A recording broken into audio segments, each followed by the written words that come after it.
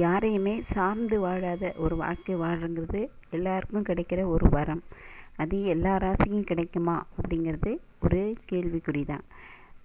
பெற்றவங்க வளர்த்து ஆளாக்கி ஒரு படிக்க வைக்கிறாங்கன்னா, அதுக்கப்புறம் நல்ல வேலை கிடச்சி தன் சுய காலில் இருந்து தன்னை அப்பா அம்மாவை காப்பாற்றி, அதுக்கப்புறம் குழந்தைகளை காப்பாற்றி, திருப்பி குழந்தைகளையும் சார்ந்து வாழாமல் ஒரு தனிச்சையாக தானே தன் காலில் எவ்வளோ வயசானாலும் நிற்கிறது, அப்படியே வாழ்கிறது மிகப்பெரிய அந்த உலகத்தில் கிடைக்க முடியாத ஒரு வரமாகும். அது எல்லாருக்குமே கிடைக்காது.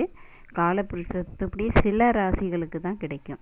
அது எந்தெந்த ராசி அப்படின்னு சொன்னால், கடகம், கன்னி, விருச்சகம், கும்பம், மீன ராசிகள்.